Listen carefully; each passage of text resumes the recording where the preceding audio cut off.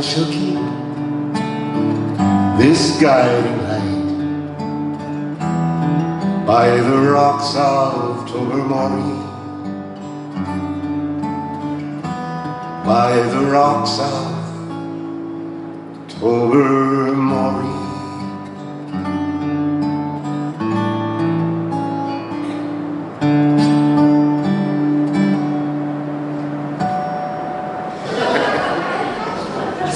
Thank you all for coming tonight, and we're in for a treat. Again, we have David Archibald from near, and many of you from far away, I'm sure, like from Napanee.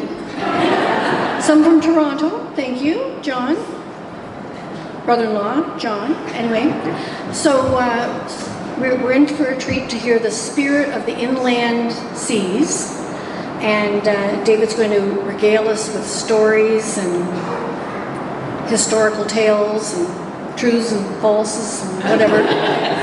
So without further ado, I'll turn it over to David Archibald, who is a man that needs no introduction. At least in Newburgh, he needs no introduction. And Or Sylvie. Or Sylvie, yes. So I had something else I was going to say. It was Anchors Away.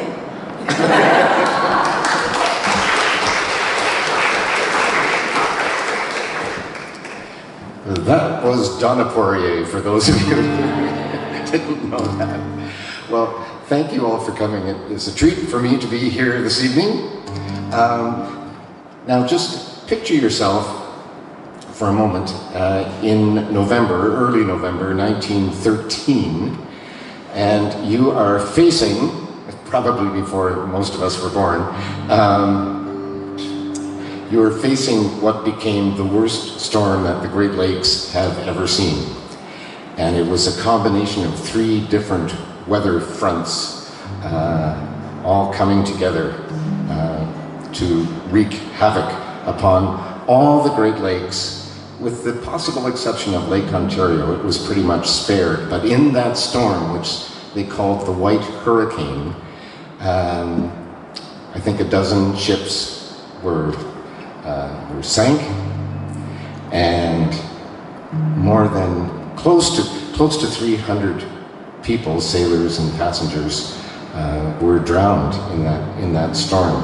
It was unbelievable. And on the 8th of November, a young woman named Evelyn Mackley was pre-dawn, and it was on the St. Clair River, and she was waiting for a steamer called the Charles S. Price, which was a lovely new steamer, and it had a big load of coal. It was heading up out of the St. Clair River into Lake Huron. And as always happened, her husband, the second mate on the ship, when it came by her cottage where they lived, he would blow that low, mournful ship's horn. So he did, and she waved goodbye as she always did when they went by, and that was the last time she saw her husband Howard. So I wondered what it would be like to have a partner or be involved with someone who every day they went to work, you weren't really sure whether they would come home again. And I suppose in some ways every day is like that for all of us. But I thought, well, what would it be like for him? What would it be like for her? So I wrote a song from the point of view, in some ways, of a Laker captain's daughter. It's called Don't Get Used to Me.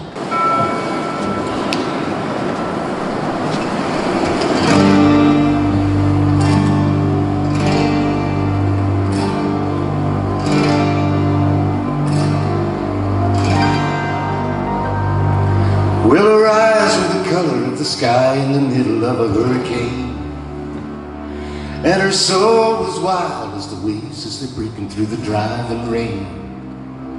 She told me I could be her lover, said, boy, you'll never need another, but if you love the sea, don't get used to me.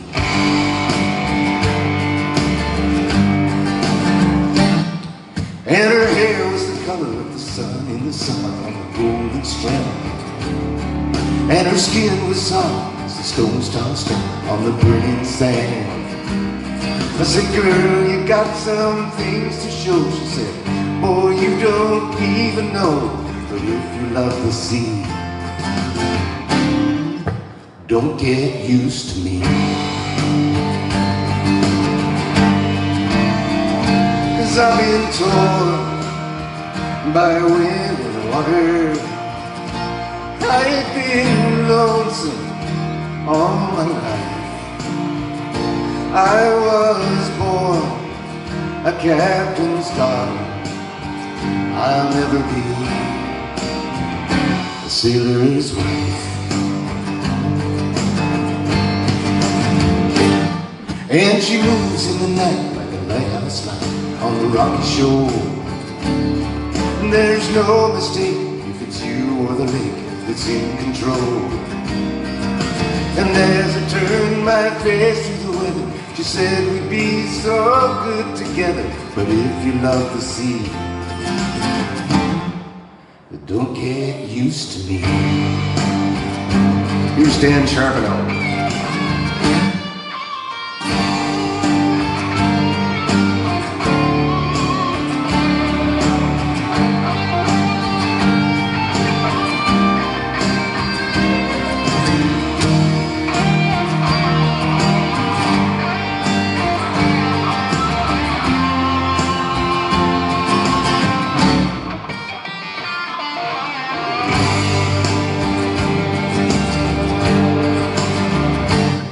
Well, her eyes were the color of the sky in the middle of a hurricane.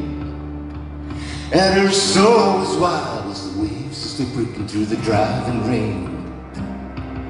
And as I turned my face to the weather, she said we'd be so good together. But if you love the sea, don't get used to me. No, don't get used to me. Oh, don't get used to me.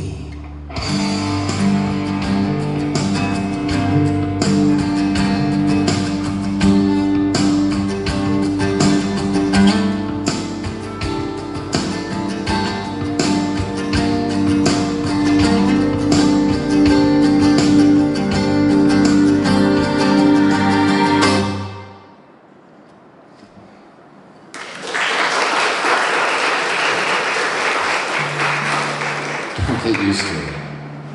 So a few years ago, the folks at Flower Pot Island, has anyone here ever been to or know of Flower Pot Island? Yeah, it's just at the tip, northeastern tip of the Bruce Peninsula, where the waters of Georgian Bay meet the waters of Lake Huron, and they are treacherous waters indeed, but very clear waters, so it's a real haven for divers who want to dive the wrecks. But the folks there wanted me to write a song about the old lightkeepers and the old lighthouse. And the old lighthouse was a wooden structure nestled up in the rocks and pines. It's been since replaced by a steel tower, but the keeper's home has been restored, which is pretty cool.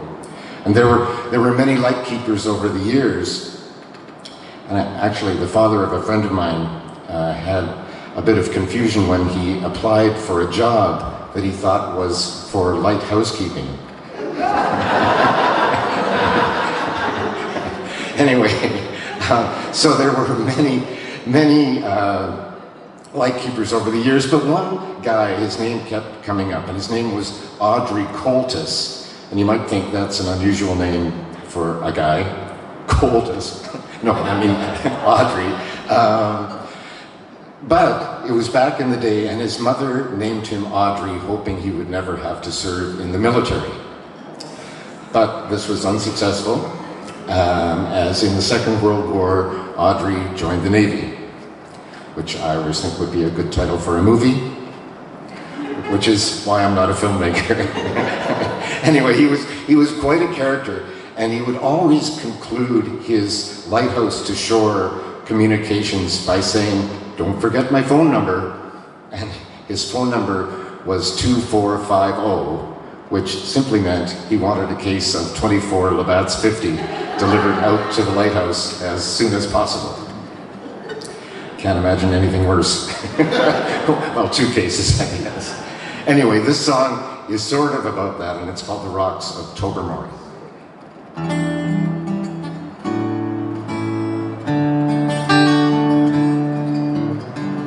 When the north wind slashes right through your clothes, when December comes, November goes, when the ship stops sailing through the ice and snow, time to leave this rocky island. As the warm breeze rises and the springtime nears, and the waters run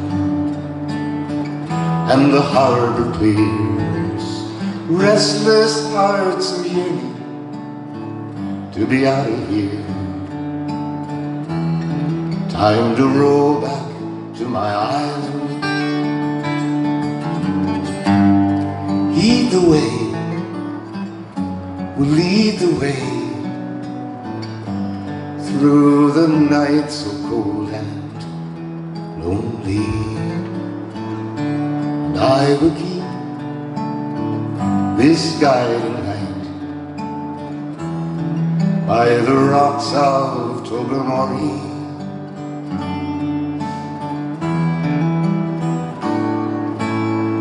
When the seas are pounding through the raging gales, when the steamers pitch, when you shred your sails, keep the signal trimmed and shining so she never fails, to save you from this rocky island. Heed the way, we'll lead the way through the night so cold and lonely. And I will keep this guiding light by the rocks of Tobermory.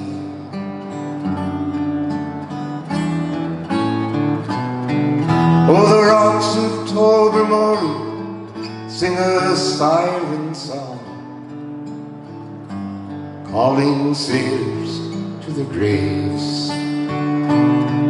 But the thoughts of all those rocks and wrecks won't last too long, when I think of all the lives this light has saved. I'd be there to greet you on our patch of green, in the age of coal and of kerosene. Now it's all been torn apart for metal and machine. So farewell, my rocky island.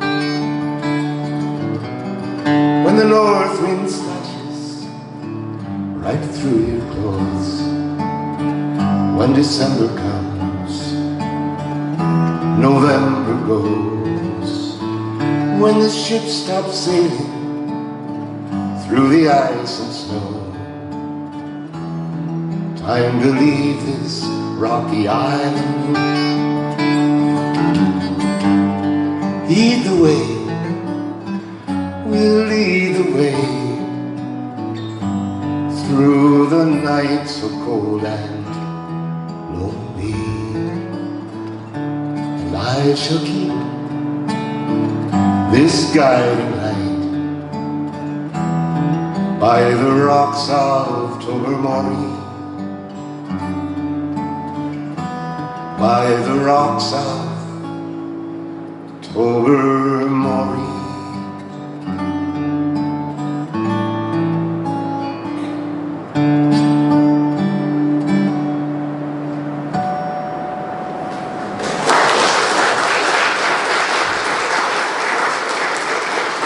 Thanks.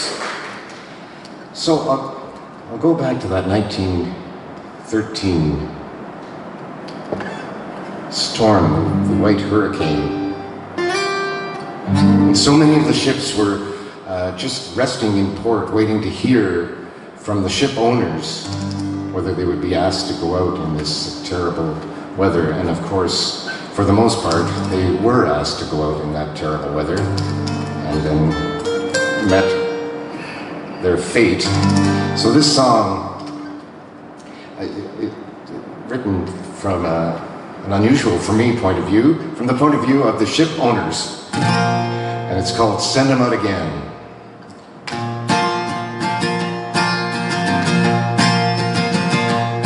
It's been a good year and the rates are up. A very good year, so raise a cup to every hand on the big lake freighters, the boys who can stand the big lake breakers. So for every captain and all the crew, here's what we're gonna do. Send 'em out again, one more time. Oh, you'll understand the reason in the season of the bottom line. Send 'em out again, we gotta roll the dice. Any sailor worth his salt can take a tiny bit of snow and ice. Send 'em out again, send 'em out again. It's been a good year on the inland seas, a record-breaking year but no guarantees, for no man knows what the future might hold. Your pockets may be filled with sand and gold, so to tip the scales a little our way, here's what we're gonna say. Send 'em out again, one more time. Oh, you'll understand the reason in the season of the bottom line. Send 'em out again, you gotta roll the dice. Any sailor worth his salt can take a tiny bit of snow and ice. Send 'em out again, send 'em out again. Well, the heartland's waiting for the grain in your hold to feed them, and to turn back now is kind of looking like a big mistake. You got a belly full of coal, it's gotta make it down to Cleveland. That's a chance we gotta take, it's a chance we're gonna take. Send 'em out again, one more time. Oh, you'll understand the reason in the season of the bottom line.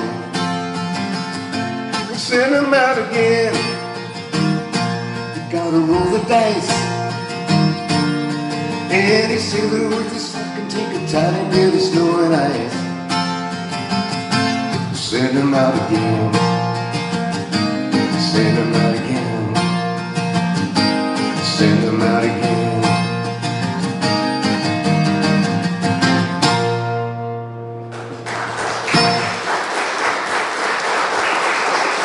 Thanks.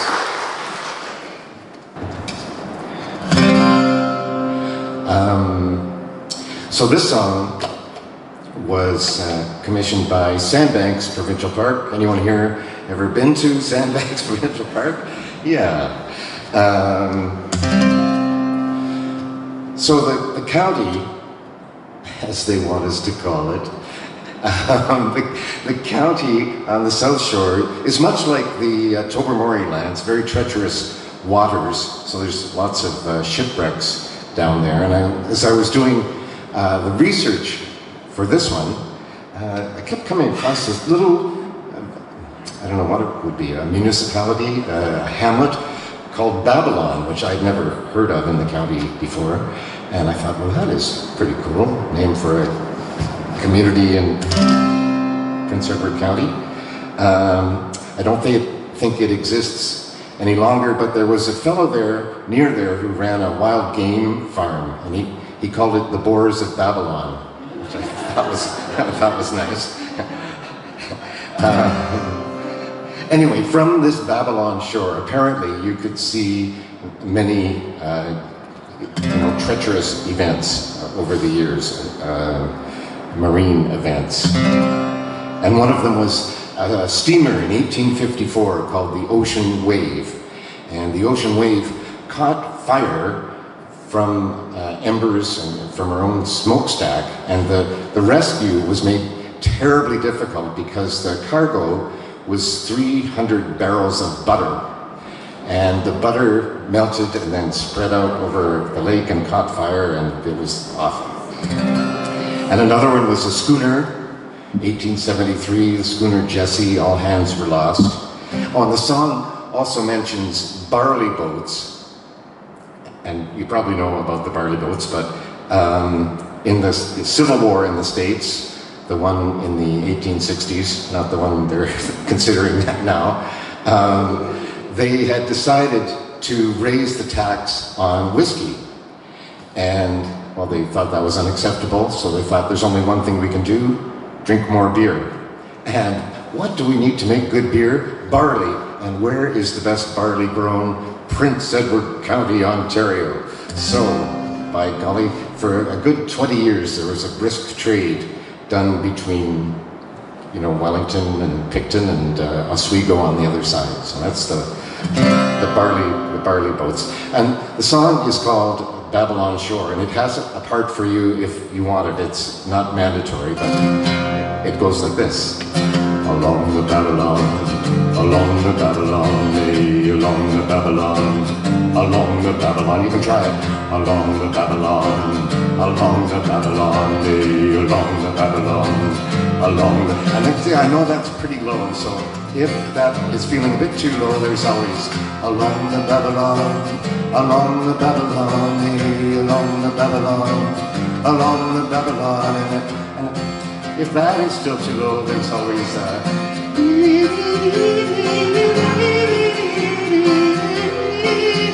Babylon. Okay, so those are your parts, should you accept them. Here's the Babylon Shore.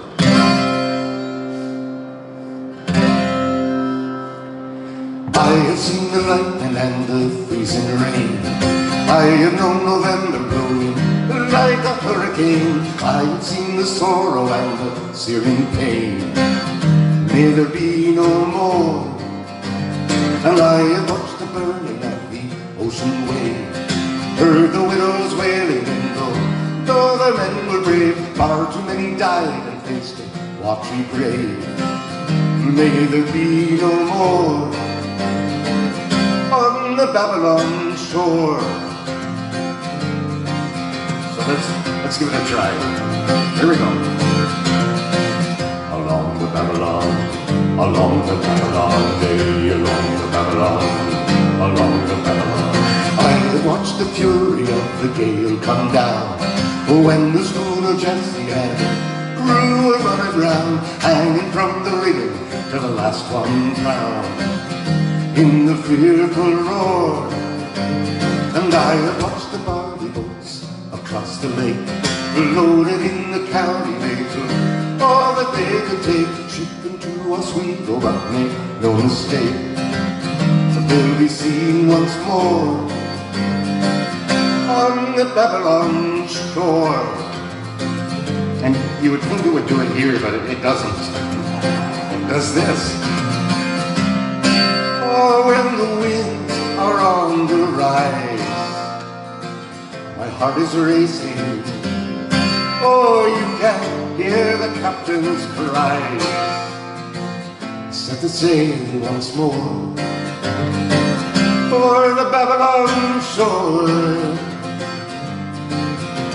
But here we go. Along the Babylon, along the Babylon, hey, along the Babylon, along the Babylon. I have seen the lightning and the freezing rain. I have known November blowing like a hurricane. I have seen the sorrow and the searing pain. May they come no more. And I have watched the barley boats across the lake, loaded in the county they took all that they could take, shipping to Oswego, but make no mistake, they'll be seen once more on the Babylon shore. And I think we can just wind out on the Babylons. Here we go. Along the Babylon, along the Babylon, hey, along the Babylon, bit louder, along the Babylon, hey, along the Babylon, along the Babylon, hey, along the Babylon. Let's bring it down now. Along the Babylon, along the Babylon.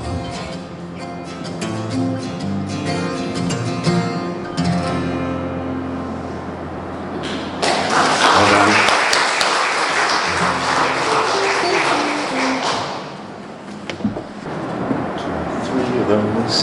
I just got back from a brief tour of the North Shore of Lake Superior and visiting Puckasaw National Park, where I've spent a good deal of time over the years, and it was really nice to get back because you never know when you're going to get back to these places that you've known in your relative youth. Anyway, years ago they commissioned me to write a number of songs, and one of them was about an old lumber camp at the south end of the park, a really desolate sort of area, but I was given a boat ride down there and had a look around. There was just one old cottage sitting there in very bad disrepair, and I'm sure it's been totally reclaimed by nature at this point. But in its heyday, the whole Puckasaw coast, which is between, I would say, between Marathon and White River, if that means anything to you. Marathon being about halfway between Sault Ste. Marie and Thunder Bay. So that's where it is. Anyway, in its heyday between 1917 and 1930, the Puckasaw area cut 30,000 cords of spruce a year, which it seems to me a staggering amount. And they would boom it up and take it in a tug down to the Sioux, which is a good 150 miles south, so quite an operation. And there were some families there and children, but mainly a whole bunch of loggers. And this song is sort of a nostalgic look back at this place, the Puckasaw Depot, through which ran a little creek called Imogene.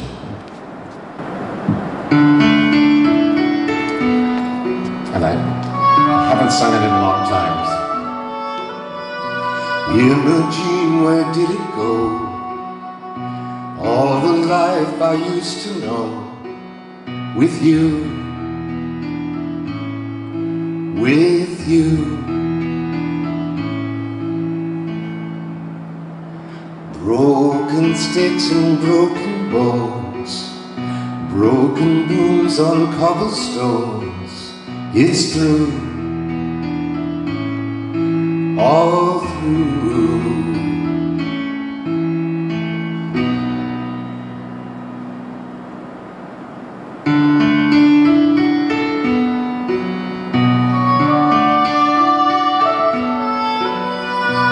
Imogene, our little home, tumbled down and overgrown. It's true, too true. Imogene, I wonder why, like a frozen winter sky, I'm blue, so blue.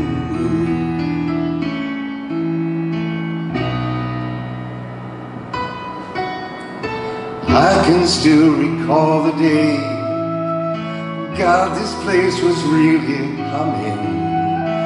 By the creek the children play, waiting for a ship to come in.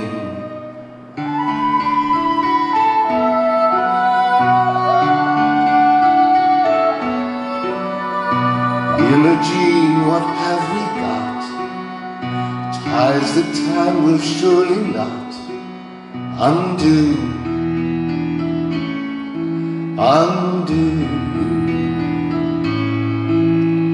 No more rusted chain and boom, By your banks the roses bloom anew,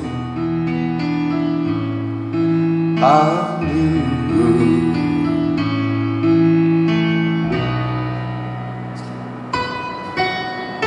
I can see them running still, rivers raging full of lumber, tugs would tow it to the mill. Maybe then we'd see some slumber.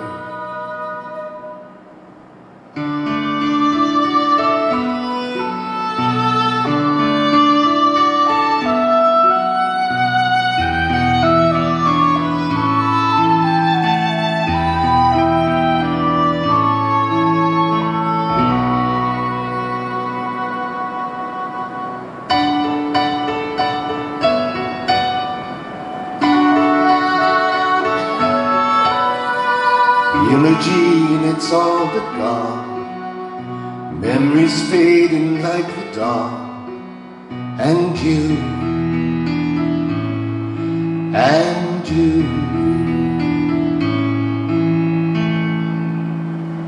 rushing ever toward the shore. No one lives here anymore. Adieu, adieu.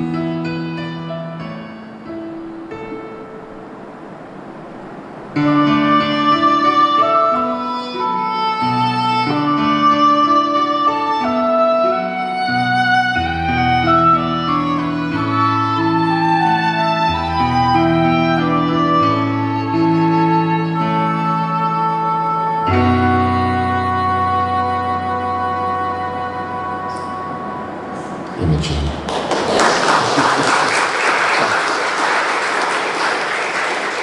And two solo instruments there. One was an English horn played by Wendy Moore, and one was a flute played by Jody Morgan, which was nice. And the song mentions these roses blooming, and they are the beautiful wild single rose that you see up north, and it's a pleasure. Maybe that's it. So, while I'm on Lake Superior, I should mention that in the middle, toward the end of the 19th century, there were many, many mineral discoveries around that great lake. On the American side, they found gold and copper. On the Canadian side, near Thunder Bay, at a place called Silver Islet, they found silver, yeah. And then around the southern end of what is now Pakasaw National Park, at a place called Otterhead, not too far from the Imogene Creek, there was reportedly a great discovery of tin. And so the prospector and the promoter tried to get people to invest in this venture, and they contacted people from Minnesota and Michigan, and the folks from Silver Islet sent down their best man to check it out to see if it was worth the investment. And he was quite a character. His name was Peter McKellar, and he was a geologist and a surveyor and an inventor and a Scotsman. And once he set foot on Otterhead, he knew something was just not quite right. So what he figured out had happened was this, that the prospector had gone into the bush and found a nondescript vein of ore and chiseled it out. And into that crack, he poured his own mixture of cement and tin that he brought in from the outside. And then he took a little sample back out and said, "Look, tin!" And you almost never say those two words together with that much enthusiasm, but he did, and he got people from Minnesota and Michigan to invest, but Peter McKellar exposed the entire fraud and went back about his business. So this song, which isn't quite as long as the introduction, is called It's No Tin. And so if you could just repeat that back to me, it would be fantastic. So let's give it a try. It's no tin.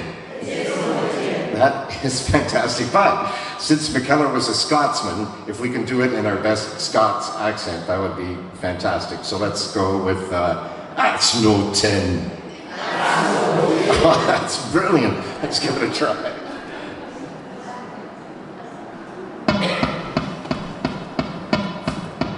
Oh, my name is McKellar. I'm no storyteller, but it's time that you all learn the truth. I've built some inventions too complex to mention, and I'm known as a bit of a sleuth. I've done some surveying, the crooks are all saying my integrity cannot be bought. Ha! I'm always on call, I'm bearded and tall, most important of all, I'm a Scot. In the lovely spring of 1873, I went down to the Pockesaw for the company. I'd taste my perspicacity and the prospector's veracity. In other words, I'd see what I could see. They boasted of their claims and that confused me. I asked to see the veins and they refused me. I said, lads, there is no tin stone. You be facing fire and brimstone, and investors will no laugh at your weak joke. I looked him in the eye, and then I spoke. That's no tin. That's no tin. If I taste them, I swear that you cannot tell me where it's been. There may be gold and copper, but your swindle comes a cropper when McKellar is the stopper. That's no tin. This is the choreo. The blackguards undertook a slew of great tricks. They used cement to form a perfect matrix. The chunks of tin worked so well, it resembled lumpy oatmeal. But that's no oatmeal. And you can't fool a Scot with all your fake tricks. So I sent in my complete evaluation, a comprehensive, clear investigation. I was shocked but not embarrassed when the famous Captain Harris swore there's tons of more at Otter Head. I fixed him in my gaze, and then I said, Captain, I cannot change the laws of chemistry. It's no tin. It's no tin. If it is, then I swear that you cannot tell me where it's been. There may be gold and copper, but your swindle comes a cropper when McKellar is the stopper. That's no tin. That's lovely. Hang on. So, here is how it ended, you might like to know. Some folks from Detroit lost a boat full of dough. The promoter went free, but the prospector was convicted and sent off to prison. Why? That's no tin. That's no tin. If I taste and swear that you cannot tell me where it's been. There may be gold and copper, but your swindle comes a cropper. It's no tin. That's no tin. That's no tin. That's no tin. That's no tin. What is it then? That's no tin.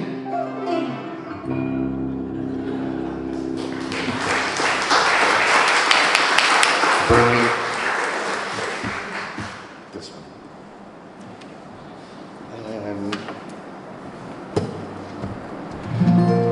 So still north of Superior, there's a little town called Newburgh. Do you know Newburgh? It's on the main Trans-Canada Highway. They recently built a new bridge, and like within the past 10 years. But they had a big problem when the freeze-thaw cycle happened, and the part where it sort of separates like this was 6 inches above, like the road was here and the bridge was here. It was a mess. Beautiful to look at, but not that effective as a bridge. And it's the only link really across Canada. If you wanted to get across via the Canadian route, you are scuppered if that bridge is out. So they fixed it. And no shade on the Spaniards, but it was designed by a Spaniard. Anyway, before that, maybe 20 years ago, there was a plywood mill major employer in the little town of Newburgh called Multiply. And they were doing great business, and one night it burned to the ground. And there was great community spirit, and they tried to get the mill to open up again, but they were unsuccessful. But did you ever read or see a film called Paddle to the Sea? Nope, never heard of it. It's a story written maybe late 40s of a carving of a young indigenous lad in a canoe, and it is placed on the frozen ice of the Newburgh River. And when spring comes and the water melts, this canoeist, this paddler, makes his way through each of the Great Lakes and finally out the St. Lawrence, the pre-seaway St. Lawrence, to the sea. And it is a tale of stick-to-itiveness and perseverance and hope. And that is the type of spirit that the town showed, and they built a little park to commemorate the Paddle to the Sea there in Newburgh. So if you ever are passing through Newburgh, stop and see it. So this song is called Paddle to the Sea. This.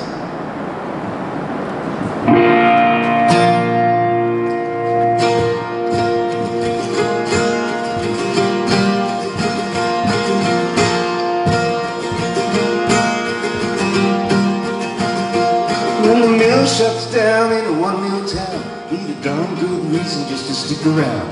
Need some kind of cushion, need a backup plan, or you wind up pushing your getaway bag. Your steps unsteady, your eyes are haunted. There's only one sign and it says, help wanted. And it seems to me, you want to paddle to the sea.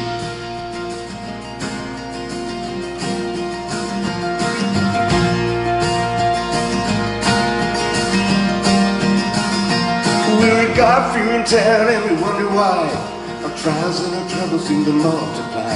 When the company left or the times were tight, we kept the mill running till the fire that night.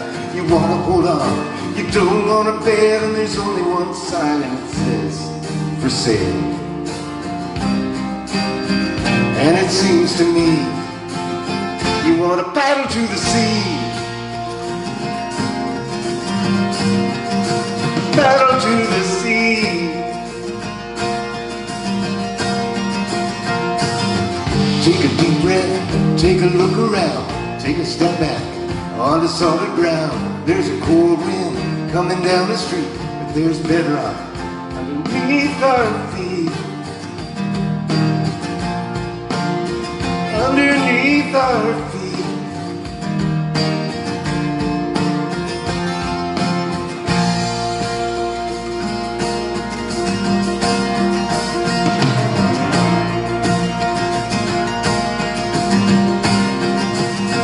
Well, we fought the frostbite, we fought the flames, we fought the flood, we do it again.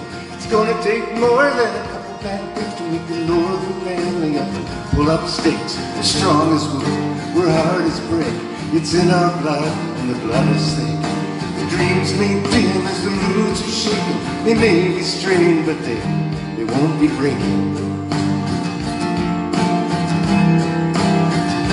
They won't be breaking. Yeah, we gotta keep the faith, we gotta keep hoping, 'cause we're working on a sign.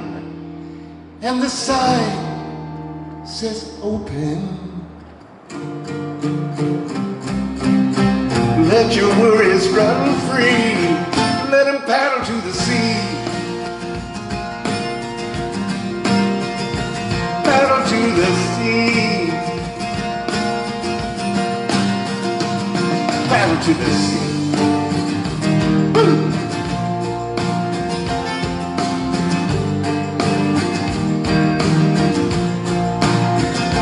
Paddle to the sea.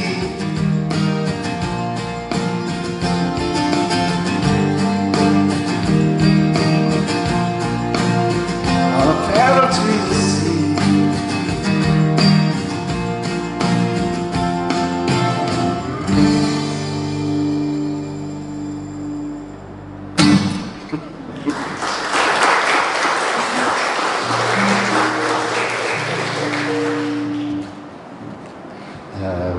thinking about playing the banjo. I never really could play the banjo, but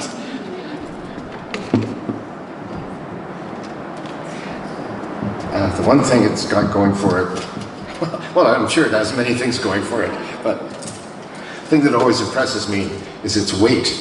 it's very heavy. So around the Great Lakes, 19th century, there used to be incredible flocks of passenger pigeons. And there were so many, thousands upon thousands, that they would block out the sun. It would be like an eclipse. And they did have some problems, though. One of them was their reproductive strategy. They would often build their big nests in trees, and the nests would be so heavy that the branches would break, and then the eggs would break, and that would be that. Also, they tended to fly at a like a shoulder height, so the young settler boys would be able to catch them easily in their nets and bop them with sticks and such. And so the passenger pigeon became extinct, and the last passenger pigeon died in a zoo in Cincinnati, Ohio in 1914. And I thought it would be interesting to write a song from his point of view. I was wrong about that, but I thought it would be interesting. And it has, you can join in it with a heartfelt chorus. It would be fantastic. It goes like, the chorus goes like this. Where, oh where have my buddies gone? Where are my family and friends? Oh, we used to block the sun, but now I'm the only one. I'm the last of the passenger pigeons. You might think sun and pigeon is a pretty terrible rhyme. But if you think of it as having been written by a pigeon, I think it's remarkable. I just heard that there are dogs that can identify their toys, which is pretty cool. Maybe you have some, I don't know. Anyway, here's the passenger pigeon's lament. Not to be confused with Adelaide's lament in Guys and Dolls. Anyway, well, I never was that beautiful to look at. Still, there were days when I was at my best. The ladies would all turn their beaks to see me when I puffed out my red and manly chest. Well, they kept staring right above my shoulder to their favorite part of my anatomy, where the feathers all turn purple, green, and golden. A finer pigeon neck you'll never see. Here's the chorus. But where, oh where have my bodies gone? Where are my family and friends? Oh, we used to block the sun, but now I'm the only one. I'm the last of the passenger pigeons. Yeah, we got complaints, our nests were always messy, and the branches couldn't stand the heavy load. Now I wish that I'd inquired what the price was for contravention of the nesting code. For they hunted us like dogs, no, more like pigeons. With their sticks and guns and nets, they were so rude. It's distracting hearing all those shouts of timber when you're trying to get your loved one in the mood. But where, oh where have my bodies gone? Where are my family and friends? block the sun, but now I'm the only one. I'm the last of the passenger pigeons. Yes, my relatives enjoyed a balanced diet, be it beech nuts, wintergreen, or raspberries. For a true gourmet delight, you ought to try it with the farmer's freshly planted field of peas. Ah, but soon the family dinner changed its meaning, and now what's a lonely pigeon gonna do when his cousins are all smoked and dried or roasted, and Uncle Walter, it's Walter Pigeon. Does anybody know Walter Pigeon? Is always in a stew. Here we go. But where, oh where have my bodies gone? Where are my family and friends? Ah, we used to block the sun, but now I'm the only one. I'm the last of the passenger pigeons. I'm the last passenger pigeon about to cross the waters Stygian, and I'm hoping that religion sees me through, for there's no one left to care now, and I leave behind no heir now. I'm alone and in despair now. Yes, it's true. I'm just living out my days inside a zoo. But where, oh where have my bodies gone? Where are my family and friends? Oh, we used to block the sun, but now I'm the only one. I'm the last of the passenger pigeons.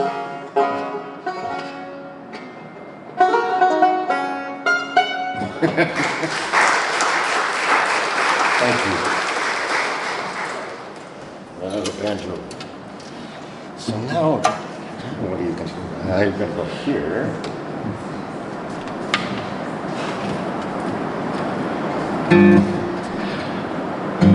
So a few years ago, it seemed that Lake Huron kept the water level, the lake level kept rising and rising and rising every year. And there was what you could call a lighthouse, or they could call a range light at the mouth of the Saugeen River in Southampton, Ontario. And it was built, it's not bad, it was built in 1903, but with the rising lake levels and the freeze-thaw cycle, it was falling badly into disrepair. So there was a big drive on to raise funds to restore the river range light. So I wrote this song for that occasion. Aha!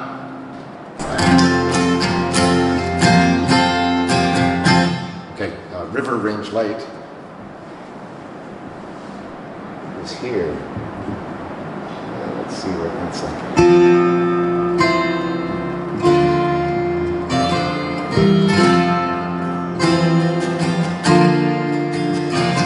When the breeze starts to freshen off the Michigan shore and over our gunnels, the sea starts to pour.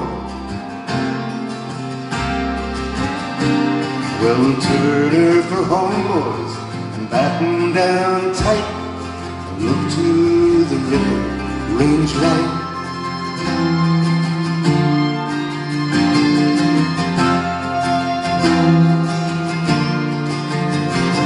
For the white caps and combers and the breakers they roll, God knows the big one has taken its toll. But we're Clear crosswinds and canvas, and currents all fight. We look to the river, range light, and whoa, the lake keeps rising. Whoa, like we've never seen. Storm clouds are on the horizon, making their way through the mighty Saugeen. Or we run through the channel with snow in our sails, and pull back to harbor through the hurricane gales.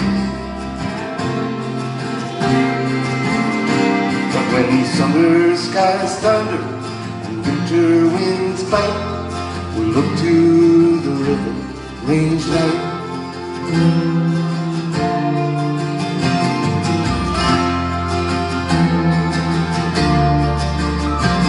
When the mist throws a blanket or rock shows in sand, till in front of your face, boys, you can't see your hand. Well, the foghorn will win with no refuge in sight. We'll head to the river, range light.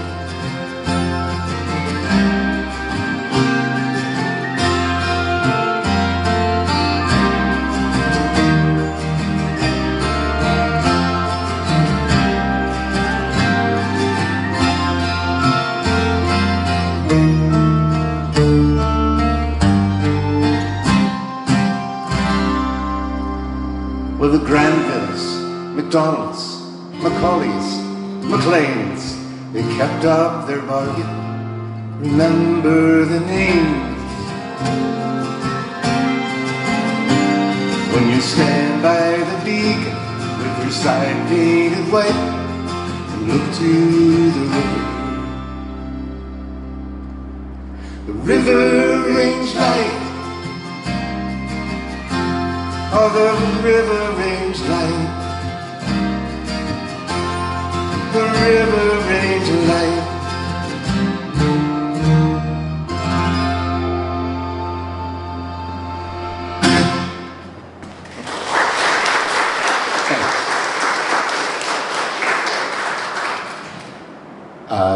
Fiddle and whistles played by my friend Kirk Elliott. Kirk is a remarkable fellow. I'm just going to tune this back up to something like it should be. It's in the ballpark. So,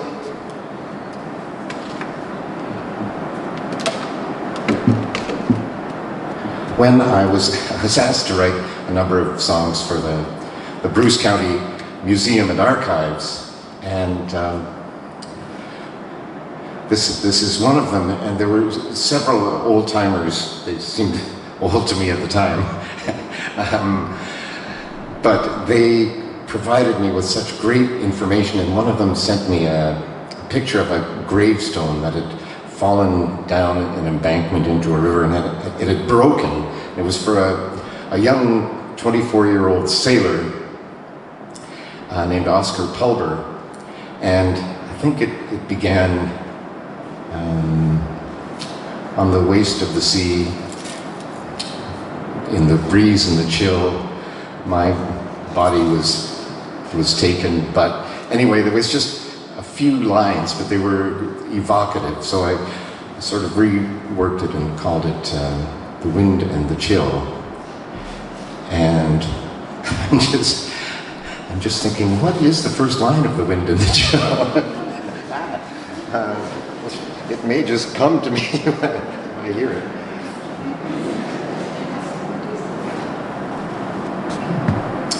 No, anyone? No, you don't know?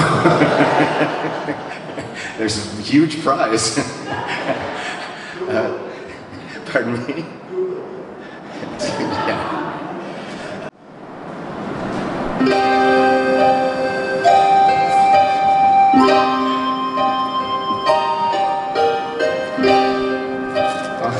Of the night, by the waste of the sea, or alone with the wind and the chill.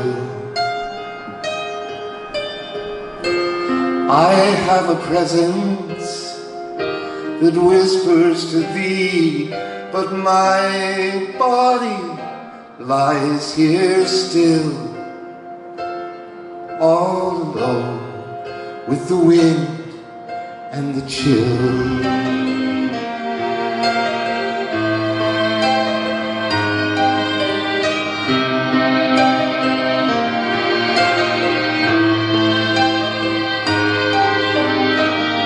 On the waste of the night, by a wintry moon, there's a loneliness love can't fulfill. My body was taken too soon, but my soul will wander still, all alone with the wind and the chill.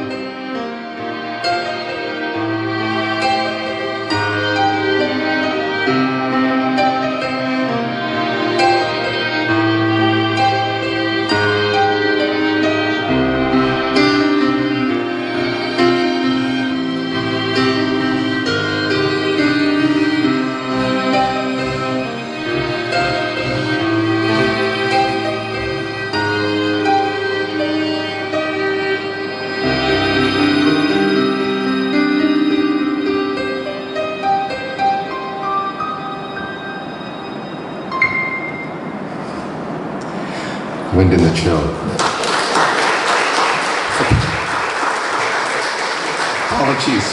Apologies to Oscar Culver.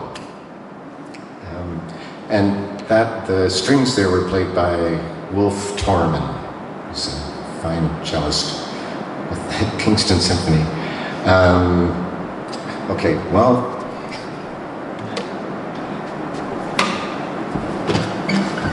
in the hush of the night, by the way, is the first line you all were looking for. What is so difficult about that?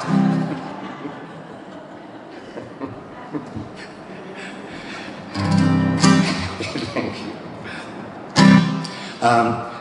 When I was doing the Southampton research, I talked to the mother of a friend of mine, and her grandmother lived in Southampton. And she said when the kids saw a sail coming into the harbor, everything would stop and they would all run down to the harbor to see what was going on. So this song is called When the Ship Comes In.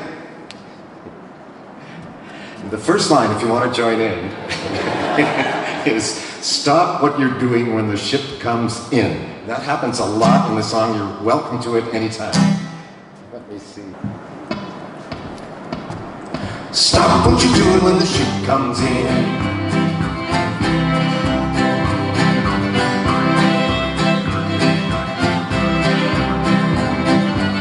Well, they got a little ruckus going down at the dock. The village is above and you should hear the talk. Spring is in, the ice is out. There's a sail in the harbor, you can hear them shout. Well, stop what you're doing when the ship comes in. Drop what you're doing when the ship comes in. Hey neighbor, how have you been? Stop what you're doing when the ship comes in.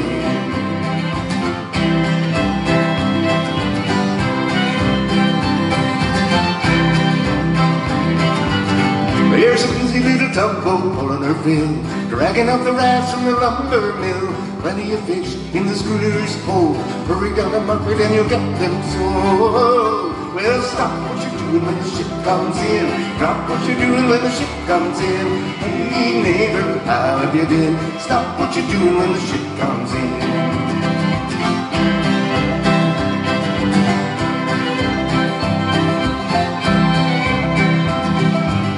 There's a side wheeler slipping through the long dog gap, taking up supplies for a Tobermory chap.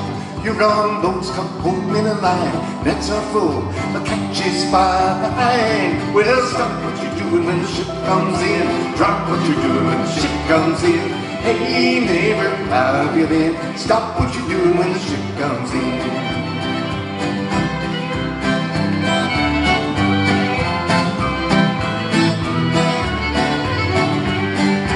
Come on now. Stop what you're doing when the ship comes in. Drop what you're doing when the ship comes in. Hey neighbor, how have you been? Stop what you're doing when the ship comes in. comes in.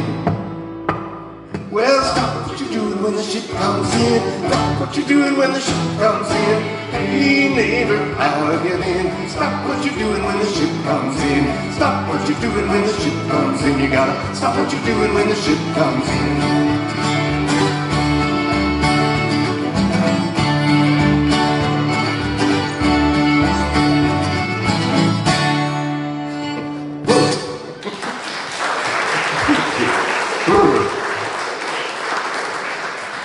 So there's a line in the song, and I know the words seem to come by pretty quickly. They did to me anyway.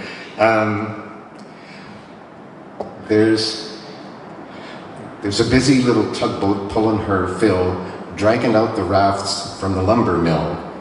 And Kirk Elliott, who played the fiddle, thought it was dragging out their ass, dragging out their ass at the lumber mill. Anyway.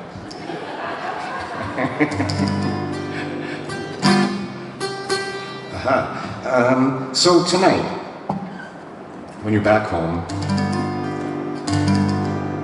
whether you be in Newburgh, Napanee, Toronto,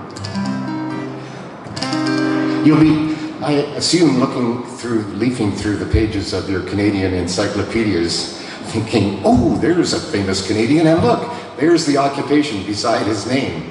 And I think that is good, but too often that occupation is something like prime minister or railway magnate or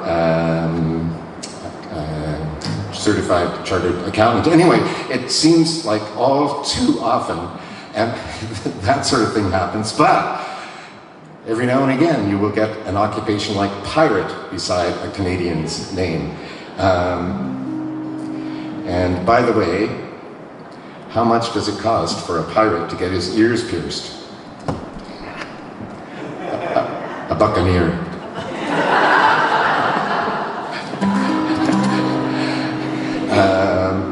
And of course, what is the pirate's favorite letter of the alphabet?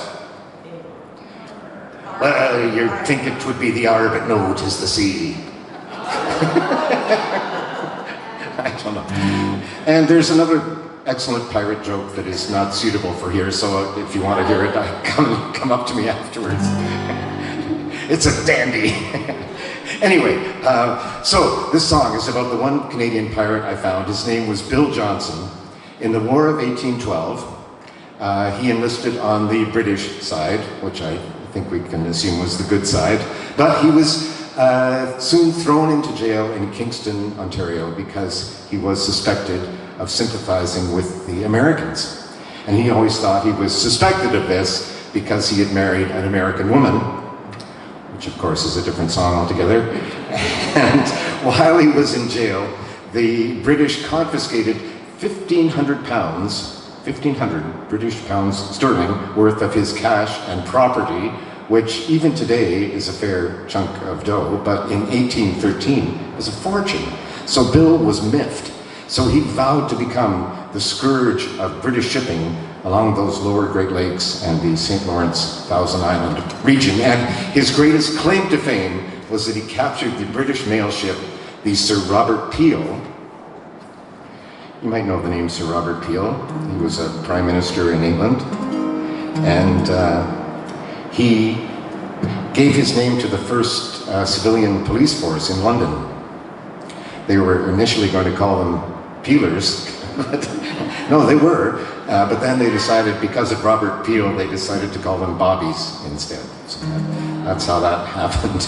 Anyway, they burned this ship named after him, Bill did, and he had intended to use it as his own pirate vessel, but there was a bit of a downturn in the economy, and he didn't have the staff to do it, so he settled with just burning her to the waterline. And the song has a part for you that goes like this. I will say something like, that's the truth, every word. If you don't believe me, tell me what you've heard. So when you that bum, bum, bum, bum, bum, if you could clap twice with some kind of enthusiasm, that would be terrific. So let's give it a try.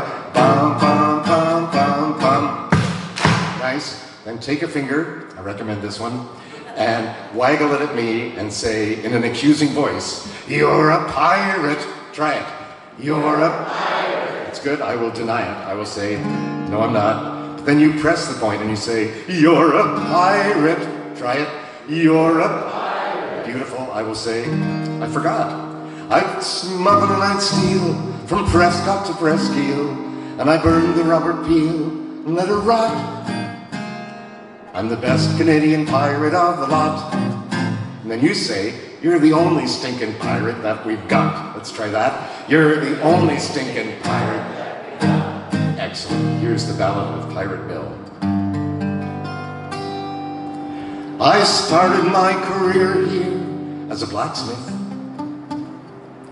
I stood beneath a spreading chestnut tree. Then I traded in my anvil for a hammer.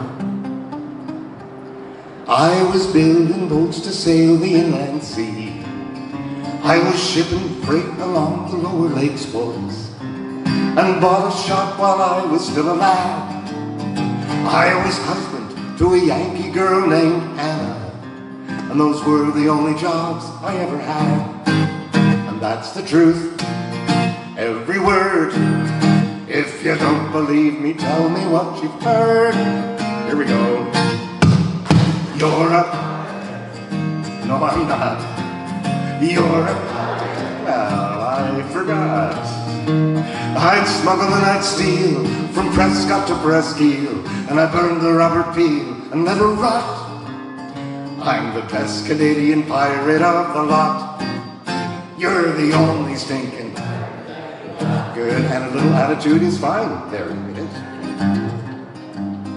I enlisted in the Frontenac militia. My king and country I was proud to serve, till they branded me a Yankee sympathizer, an accusation I did not deserve. Well, they held me in a hoosgow down in Kingston, till I fled across the river to be free. Now no more will I be seen on British waters. It's America the beautiful for me. And that's the truth, every word. If you don't believe me, tell me what you've heard. Come on, tell me. No, I'm not. You're a... Well, I forgot. I'd smuggle and I'd steal from Prescott to Presqu'île, and I burned the Robert Peel and let her rot. I'm the best Canadian pirate of the lot. You're the... Good, good. Remember, it's only a song. I led a band of patriots and dreamers, and though our fearsome forays often failed, we'd prey on privilege and British steamers. We'd sell the spoils and read the Royal Mail. Ah, but now I keep the light upon Rock Island, a democratic flame for all to see. But there's a tavern in the town I've got my eye on, for a publican is what I want to be. And that's the truth, every word. If you don't believe me, tell me what you've heard. Come on, tell me. No, I'm not. You're... Well... I forgot.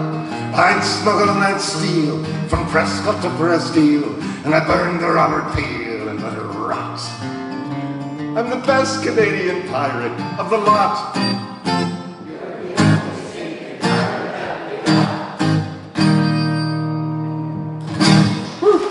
Well done.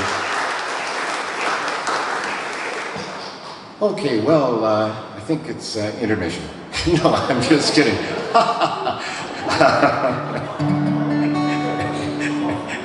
A room of terrified faces.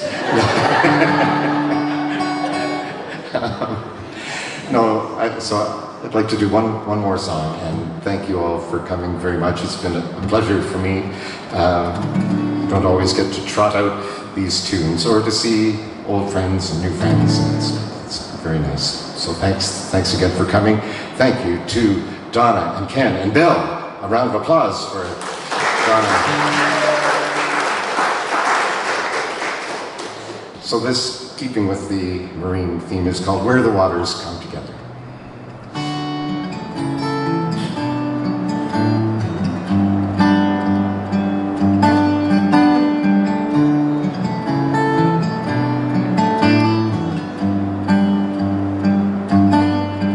Where the waters come together, you and I will walk once more, and we'll gather up the memories as they wash up on the shore.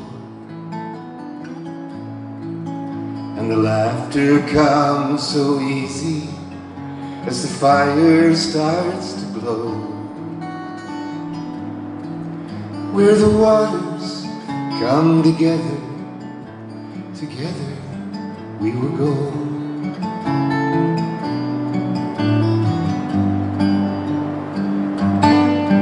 Where the waters come together, when the seasons change their mind, and the geese are heading southward, leaving winter far behind.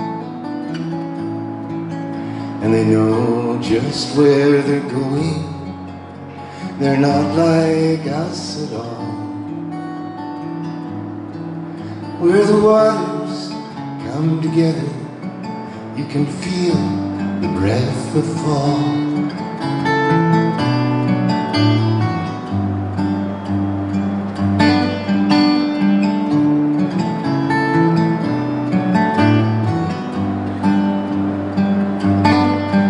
And they run so far, and they run so free, and their banks are filled to bursting as they're thirsting for the sea. Where the waters come together, you and I were meant to meet, and we'll shake those weary years off as we soothe our tired feet. And for one fine fleeting moment, we found our journey's end. Where the waters come together, then we're on our way again.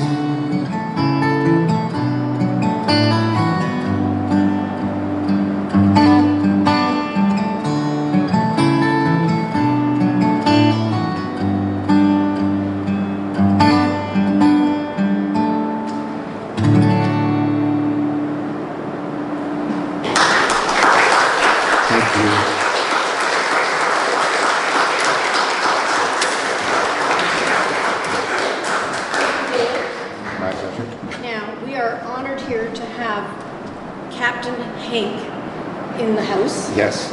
And he would like to say a few words. Okay.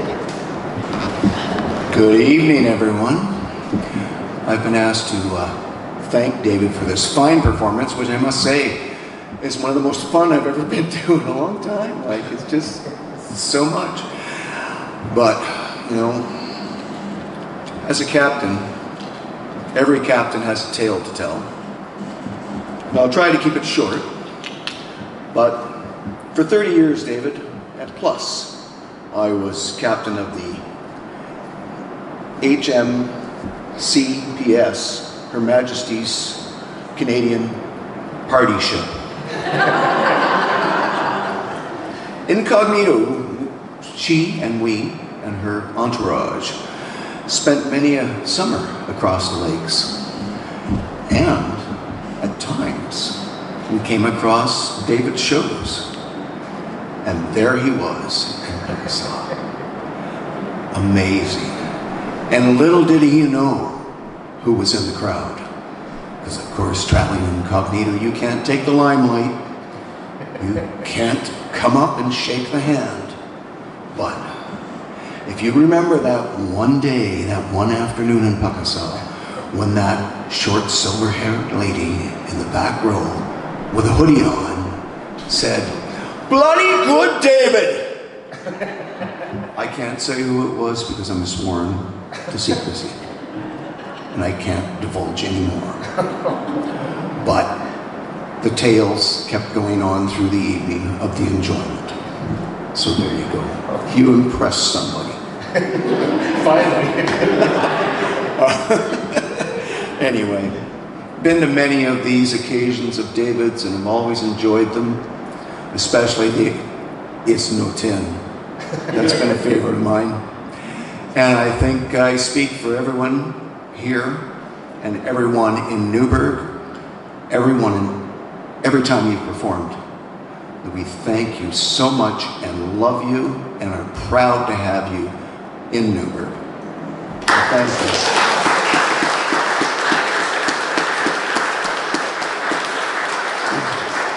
And if you need a little relaxation, you can join me up behind the church. And we'll see what we can do about that. Thank you, Captain.